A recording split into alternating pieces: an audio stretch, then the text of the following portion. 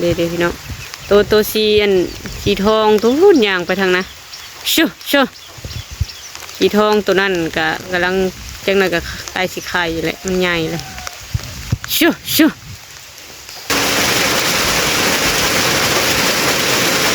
ตัวแม่ลูกอ่อนนะยันส้นอยู่ทั้งพุ่นโดยกับสบายดีและสวัสดีเด้อพ่อแม่พี่น้องเบิดสุขบรรยากาศยามเช้าพี่น้องฝนตกแต่เมื่อคืนนี่พี่น้องเลยตกแต่คืนนี่พุ่นแหละยังบ่เช้าอยู่พี่น้องฝนตกเพิ่นว่าช่วงนี้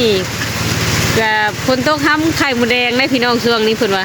ฝนตกห้ำไข่มดแดงฝนตกห้ำดอกมะม่วงเพิ่นว่าพี่น้อง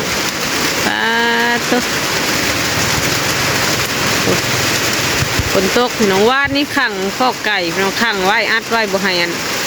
มันออกมาสนทางบนเฮาสิอยู่เพราะว่าสิย้ายไปอยู่ทางพูน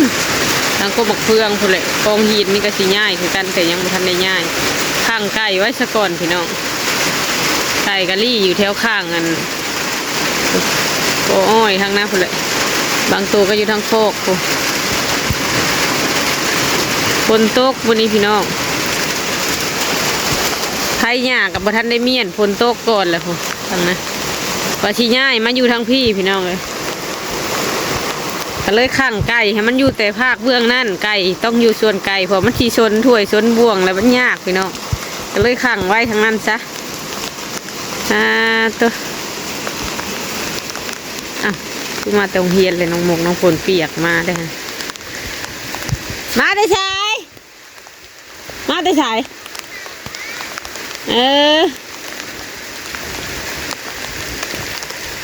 บ่ทันไปโรงเรียนยังเช้าอยู่จังมาแต่อันนั้นย่างไปตัวหญ้าก็ได้ฝนตกคืนนี้ยังบ่ทันเมียนปลาวันนี้ก่อนถ้าฝนตกทำเครื่องคองกระเปียกเบิดผาดไว้ในนี้บรรยากาศตอนเช้าพี่น้องเพื่อนมาทำจักมันไผ่มาเฮือนละพี่น้องทั้งยัดอันนั้นหรือว่าคนไผ่ระบบหูคือกันบางเทื่อเห็นเขาเจ้ามานอนอันลูกหลานยัดทานยัดคู่แบบเขามาแต่เขามาขอผักอยู่เพื่อนแล้วเอามานอนดำคืนดำใดลังเทื่อก็ได้ฝนตกห้ามพักเลยพักเรือไก่สะข้างไก่ไว้เลยไก่กับสิบมาเลยพี่น้องบ้านนี้ตัวฝนตกพี่น้องบรรยากาศตอนเช้าอยู่พังลาวฝนตกได้ยินข่าวว่าอยู่พังไทยตกวานนี่หักจักอยู่จังหวัดใดเลยพี่น้องเป็นว่าอยู่พังไทยกับฝนตกวานนี่ไก่กับเล่นลินน้ำฝนอยู่ว่านข้าวเกลืออะไรพี่น้องแต่ว่าเพิ่นบ่มาฝนตกเป็นฮารี่อยู่มาเบิ่งไก่กับพี่น้องไก่หาก็ได้10ปลายโตซื้อเถื่อละ2-3โตนี่ตัวนี้ก็ไก่แม่กำลังสิขึ้นสาว2โตสีหมอกพี่น้องชูเดี๋ยวพี่น้องตัวสีทองตัวรุ่นยางไปทางนะชูสีทองตัวนั้นกำลังจังหน่อยกับไก่สีไข่อยู่เลยมันใหญ่เลยชูสีหมอก3สีดำ5สีทอง1ไก่น้อยสีขาว3กับเมเนี่ยตัวหนึ่งยังน้ำไม่ทำมาอีก2ตัว3กับสีทองตัวใหญ่แม่ใกล้ขึ้นสาวใกล้สิเริ่มสีไข่อะไรพี่น้องอย่าพาวเที่ยวก็อยากสบายดีบาทนี่สบายดีนี่ออกมายังฝนตกเข้าไปไปกูเกลือไว้ก้าวไว้แล้วหุ่นมาทำมากินหวานเข้าไปให้เนี่ยข้าวเขาเคาะติบข้าวติบน้ำกับสิบเข้าไปไหวบัดนี้พี่น้องมันก็พอได้เก็บกินเล็มกินมันใช้ว่าข้างนี้มันกว้างให้มันเลาะลิ้นเขาจังบุเปลืองอาหารเปลืองข้าวมันก็หาเก็บกินหมดกินแมงไปอะไรพี่น้อง ยังสิแปลงใหม่อยู่โคกก็ได้ขังไว้เลยทั้งข้างทั้งหยังมันก็พอได้มันอยู่ใครแต่ช่วงนี้บ่แม่นยามฝนคันแม่นยามฝนนี่เฮาต้องได้ข้างเจ็บๆมุ้งทีๆคักๆเลยพี่น้องอันนี้ใครเนี่ยมันพออยู่ได้ข้างบางๆก็ได้บ่ได้จังหาแนวข้างอีกมุ้งซะก่อนมุ้งแล้วก็ตัวข้างน้ำหลังมันจะไปเฮ็ดโคนให้มันเลยเมื่อคืนนี่ก็ได้มันก็เข้านอนเลยฝนตกใส่ห้ำเพิ่นก็เปียกมันยอดเอาตะนางเกียวนี่อ้อมทั้งขอบทั้งเทิงบ่ให้เพิ่นบินออกพี่น้องยังอีกแต่ไม่ทำอ่ะ2 ตัวใหญ่ไก่แม่สาวเอามาไว้เห็ดแม่พันธุ์พี่น้องไว้เห็ดแม่พันธุ์มันเดือน5 เดือน 6มันก็เริ่มไข่เลยตัวสีหมอกตกนี้พี่น้องนี่2 ตัวหมอกซ้ำกันนี่ตัวนั่นกาตัวผู้มาหาแล้วพี่น้องกระเซ็นค่าลูกอยู่ค่ะตัวผู้มาหาแล้วจังไหนมันก็ไข่เลยค่ะนี่ก็ไข่ละหาเราเก็บกินแทนนี่ไข่ตะไก่ยังบลายปานใดผู้ใดบัดมันได้ลูกได้เต้าผู้ใดพี่น้องจังสิลายตัวใหญ่ยังอีก2 ตัวจะเอามาอีกกับพอดีรวมเบิดไก่เมนี่1 2 3 1 2 3 4 5 6 ตัว7 ตัวเลยพี่น้องเลยรวมเบิดทางตัวเสียมาใหม่นะไม่ทำมะอ่ะพอแบ่งพอซื้อน้ำเล่าพี่น้องเลยเราเอามาอีกก็รวมเบิดเป็น7 ตัวบ่ได้นับทั้งตัวที่น้อยๆแถวมื้อนี้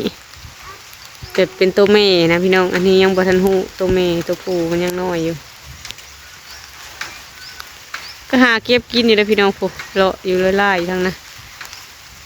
หึงไปได้เงินก็ซื้อใส่เทละโต2 ตัวก็เริ่มลายขึ้นเลยปัดมันเกิดลูกพวกเลยพี่น้องมันใจสิลายกับเลี้ยงแบบธรรมชาติเอาพี่น้องเลยนี่แต่ว่าสีเอาแหนแดงมาเลี้ยงเลยกะไว้ปนใส่กำห้ำครับก็กล้วยก็ได้ตื่มกันมีข้าวเรือเล็กน้อยกระวานให้กินเอาพี่น้องเลยตัวตอนเช้าฝนตกคนนี่คือซิลินอยู่บนมือพี่น้องเลยตู้เพื่อนครัวเซเลมน้อยกับมั่งออกไปเลยมันอยากดอกเลยก็เลยมั่งเลยก็มีแต่สีอันเอาเห็ดข้อไก่พี่น้องเลยแต่โค้งมันกับป้าไว้เลยก็สีอันเอาหญ้ามามุงใส่เลยหัวอ้อมทั้งนี้ไว้เลี้ยงไก่จำซาได้ไก่หลายตัวซื้อเทือละ2 ตัวเทือละโตพี่น้องเลยตัวน้อยกับบางตัวก็ตัวละ50ตัวละ40เป็นเงินกีบนะพี่น้องตัวใหญ่ๆเนี่ยแม่มันใกล้สิไข่กะตัวละ100,000มันเลยเพิ่นขายก็ได้เอามาไว้บ่หึงมันก็บ่หึงมันก็ไข่นะแม่มันเป็นขึ้นสาวเลยแต่มันปล่อยลิ้นอยู่เทนี้มันก็หล่อลิ้นตอนเช้านะพี่น้องเอ้ยนกหนูน่ะลงมาที่ได้นกกันนกเอี้ยงพวกปลายสักไข่เป็นพุงลงมาตอนเช้าเลยตัวฝนตกพี่น้องไปใช่ไหมว่าสิไปปลูกมะเขือปลูกก็มะเขือทั้งหลังเฮือนกับฝนตกบ่มีอันกั้งคนเช้าผู้ใดจังสิปลูกแย่น้ำมันห่งคุมมัน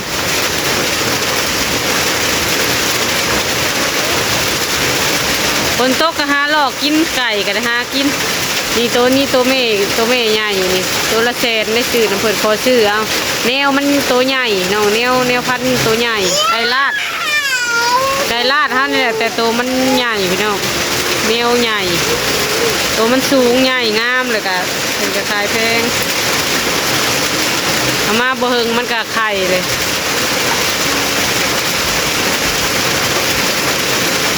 ตัวแม่ลูกอ่อนนะยันส้นอยู่ทั้งพุ่นบรรยากาศฝนตกลิ้นพี่น้องนั่งอยู่ตูบนี่ได้ยินแต่เสียงฝนตกทำไข่มุนแดงเลยจังไหนไปเย่ไข่มุนแดงอีก2-3 มื้อไปนี่เย่ไข่มุนแดงเลยฝนตกทำดอกม่วงห้ามไข่มุนแดงนะตัว ฝนตกทางหลังเฮือนกะนี่จะเป็นไม้เลยพี่น้องเอาไว้กับท่อยางใส่แต่กี้ใส่ไว้หดดอกไม้แต่กี้มันหักมันเพไปเลยท่อเก่าท่อเอาขึ้นมาแต่น้ำบาดาลเก่าแล้วเอามาต่อกันใส่อันนี้จะปลูกมันไว้เอาแนวพี่น้องมันหวานญี่ปุ่นพันตัวหัวมันหวานหัวมันใหญ่พี่น้องปลูกไว้เอาแนวมาปลูกเสียงไว้ทางหลังแต่กี้ปลูกไว้ทางพุ่นงัวกินเบิดตอนหัวพันแล้วหัวเพลนแล้วก็บานนี้แล้วมาปลูกไว้ทางนี้เอาไว้เอาแนวมันหากระปลูกไว้4-5 มื้อนี่แหละกำลังติดเลยบานนี้มันป่งแล้วก็มีตั้งแต่เด็ดเอายอดมันไปซ้ำบนใหม่ไปขยายออกหัวสีเหลืองพี่น้องหัวสีเหลืองหรอกเอาเนแดงมาปล่อยใส่แล้วทั้งนองทั้งนาไว้เลี้ยงไก่พอฝนตกไปหาขี้งัวมาใส่ฝนพัดตกแต่ป้าไว้หันสะก่อนบรรยากาศฝนตกพี่น้อง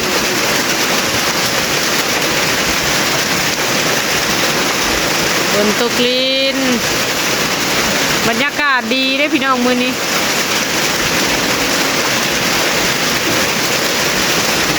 ฝนตกใช้กันสิไปใช้บ่ได้ดอกมื้อนี้พี่น้องเลยมันฝนตกมันจะผูกไปเห็นเวียกเห็นงานไม่ใช่เสือกันฝนแหละ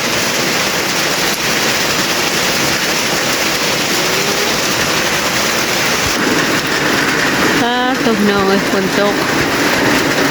ก็มะฮุงนี่เป็นตลอดแรงตลอดฝนเลยมะฮุง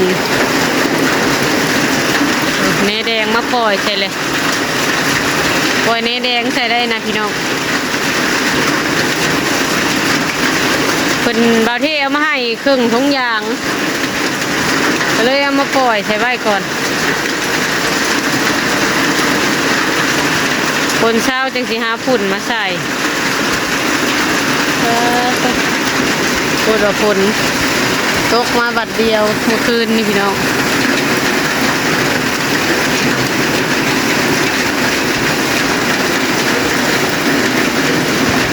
ฝนลิ้นพี่น้องเลยลิ้นไปเรื่อยๆแจ้นบดมืออยู่วันนี้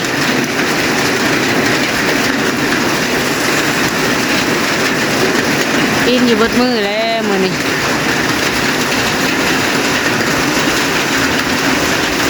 ดินทั้งใกล้ๆกันเพิ่นกับบ่ทันมาทางมีแต่แสลมน้อยทางแต่ทั้งขอบมันฝนตกอ้อยกับปงขึ้นมาสั่นอันนี้ก็หมัก